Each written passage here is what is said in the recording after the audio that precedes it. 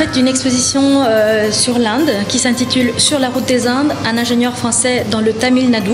Donc le Tamil Nadu qui est la région dans le sud-est de l'Inde qui se trouve en face du Sri Lanka. Et pourquoi le Tamil Nadu? Eh bien tout simplement parce que le donateur des œuvres qui sont conservées au musée de Chalon, Pierre-Eugène Lamérès, a travaillé au Tamil Nadu, plus spécialement à Pondichéry et à Karikal. Et c'est là qu'il s'est intéressé à l'art et à la culture de l'Inde et qu'il a donc aussi travaillé comme ingénieur des ponts et chaussées, ce qui lui a donné la possibilité d'obtenir des locaux la donation d'une série d'œuvres qu'il a ramenées en France.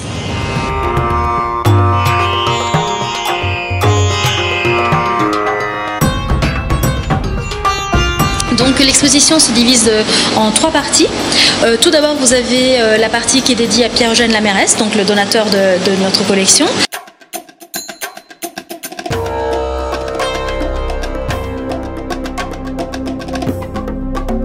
La deuxième partie, c'est la partie dédiée au dieu dans le temple. Et donc on a voulu présenter les œuvres un petit peu comme si vous étiez dans un temple hindou.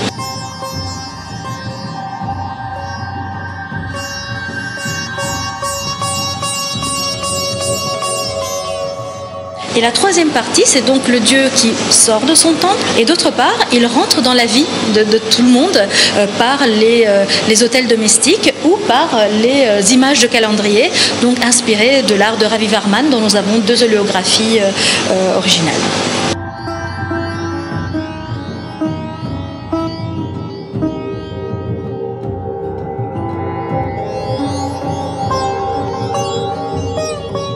Ce partenariat avec le musée de Cabranly, on a eu l'appui scientifique du musée Guimet, mais nous avons également eu la possibilité de demander et d'obtenir le label Exposition d'intérêt national qui nous a été accordé par le ministère de la Culture et de la Communication. C'est une exposition qui a pu s'inscrire également dans un cycle d'expositions et d'événements liés à un festival qui a lieu à Bruxelles tous les 2 ans, qui s'appelle Europalia, et qui cette année était dédié à l'Inde.